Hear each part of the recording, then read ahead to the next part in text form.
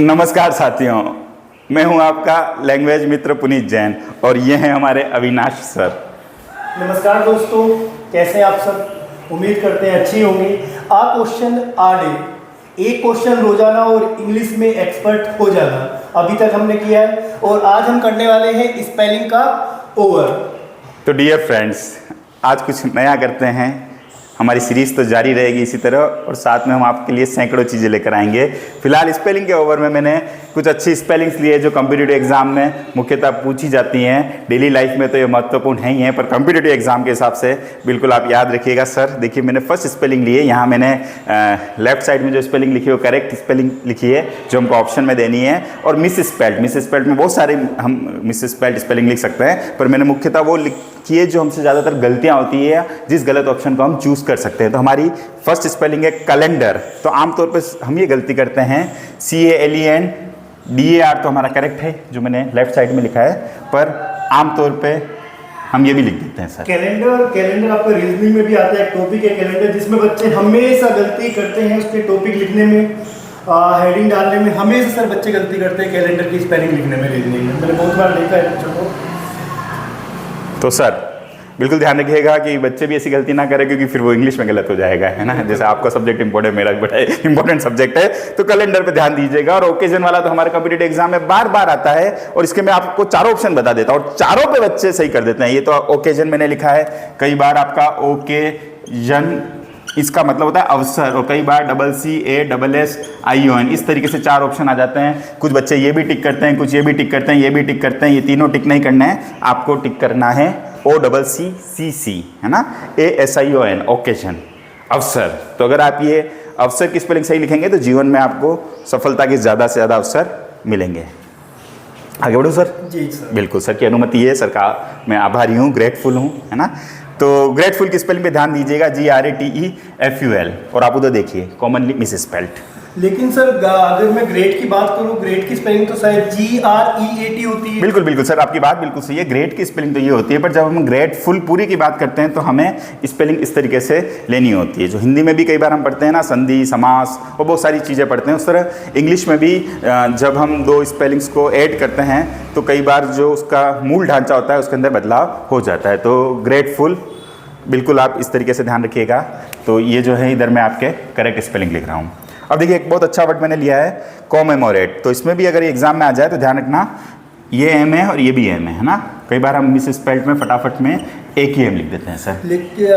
मेमोरेट में तो सर ये तो शायद एंटोनिम्स में भी आते हैं। हाँ, सिनोनिम एंटोनिम्स में उसमें भी आता है। स्पेलिंग में सर ये M आएगा यहाँ पे। बिल्कुल बिल्कुल सर, है ना। ये कॉमेमोरेट शब्द तो सर आप देखो काफ़ी सारे कॉम्पिटिटिव एग्जाम में वोकैबुलरी में भी आता है। इसका तो मैं आपको मीनिंग भी बता देता हूँ, क्योंकि बहुत अच्छा वर्ड है सर ये एग्जाम में आने वाला। बिल्कुल सर। और यहाँ आप देखिएगा सर, कॉमेमोरेट का मीनिंग होता है रिमेंबर।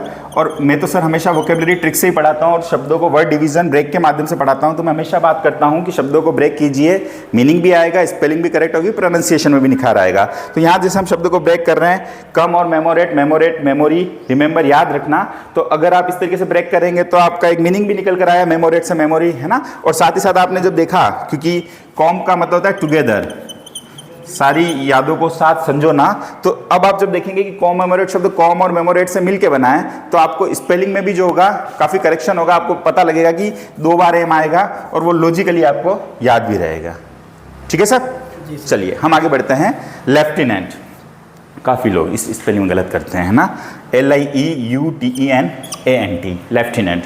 और इसमें तो काफ़ी सारे मिस स्पेल्ट में आपको दे सकता था। आमतौर पे मैंने जो ज़्यादा गलत होता है वह दिया है। लेकिन सर लेफ्टिनेंट में तो ये, अगर मैं ऐप की बात करूँ तो ऐप तो शायद होना चाहिए सर इसमें सर। हाँ, होना चाहिए। तो ये इंग्लिश की थोड़ी अलग सी बात है कि यहाँ कई बार हम लिखते कुछ और है, उसका उच्चारण कुछ और करते हैं, है ना, स्पेलिंग कुछ और होती है। अब सिंपल सा आपने सर फ के उच्चारण की बात की, तो मैं एक सिंपल सा सर बात करूँ, LAUGH ना, लाफ, है ना। बचपन से हम इसको लाफ पढ़ते आए, तो हम भी बहुत छोटे छोटे से थे, है ना। तो हमारा दिमाग भी लॉजिक करता था कि यार लाफ में पढ़ तो फ रहे हैं, पर इस स्पेलिंग में एफ क्यों नहीं आ रहा है। पर धीरे धीरे हम उसमें एक्सपर्ट होते गए। तो इस तरह हमें कठिन स्पेलिंग्स में भी एक्सपर्ट हो जाना है ना।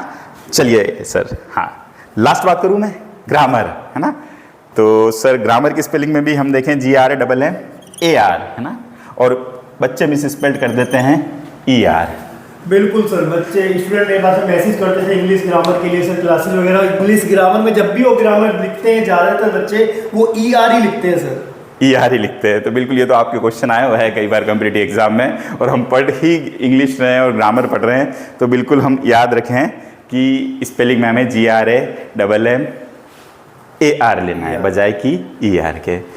तो मेरे हिसाब से सर ये सेशन बच्चों के लिए काफ़ी बिल्कुल फ्रूटफुल रहा होगा, हेल्पफुल रहा होगा, और आगे भी हम इसी तरह सेशन लाते रहेंगे, है ना, क्योंकि हमारा मकसद तो ज्ञान बांटना है जो हमारे पास है। अगर वो हम आगे दे सकें तो इससे अच्छी बात तो हमारे लिए क्या हो सकती है। तो एक क्वेश्चन भी पूछ लूँ जाते जाते, बिल्कुल सर, एक कुछ है ना, तो कुछ कुछ इसी कंसेप्ट के ऊपर है। मैं आपको कह रहा हूँ कि मेंटेन की स्पेलिंग जैसा आपने देखी है ना, वो अगली बार हम डिस्कस करेंगे।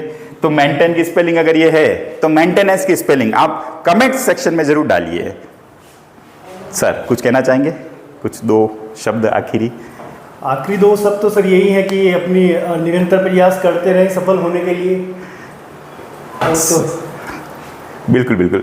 तो सर और मेरी यही कोशिश है कि हम निरंतर प्रयास करते रहें, आप भी निरंतर प्रयास करते रहें, हम भी निरंतर प्रयास करते रहें, आप भी अपने आप को अपडेटेड करते रहिए, और बिल्कुल हम भी इस चैनल पर निरंतर अपने आप को अपडेट करते रहेंगे, ये हमारा वादा है। धन्यवाद। Thank you. धन्यवाद।